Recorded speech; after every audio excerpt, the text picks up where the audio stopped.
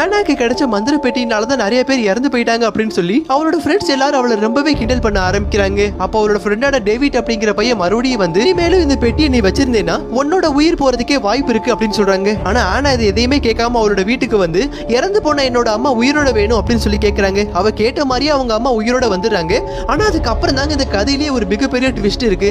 அது என்னன்னு பாத்தீங்கன்னா அவங்க அம்மாவோட பேக்ல இந்த மந்திர பெட்டியை பத்தின ஒரு டிராயிங் ஒண்ணு வரைஞ்சு வச்சிருக்காங்க.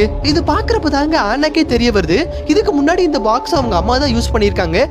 அவங்களோட 7 ஆசையை கேட்டு முடிச்சதுனாலதான் அவங்க இறந்து போயிருக்காங்க அப்படின்னு சொல்லி. ஆனாவும் அவசரத்துல என்ன பண்ணணும்னு தெரியாம அந்த பெட்டியை மறுபடியும் எடுத்து என்னோட குடும்பத்துல யாரெல்லாம் இறந்து போயிருக்காங்களோ அவங்க எல்லாரும் உயிரோட வரணும் அப்படின்னு சொல்லி கேக்குறாங்க.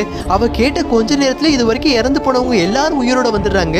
ஆனா அந்த பெட்டியை யூஸ் பண்ணி கேட்டு அவளோட 7 ஆசையுமே அவளுக்கு நிறைவேறிடுச்சுங்க. ஆனா அதே நேரம் அந்த பெட்டியோட சாபத்தினால அவளும் ஒரு கார் ஆக்சிடென்ட்ல விழுந்து இறந்தும் போயிடுறாங்க.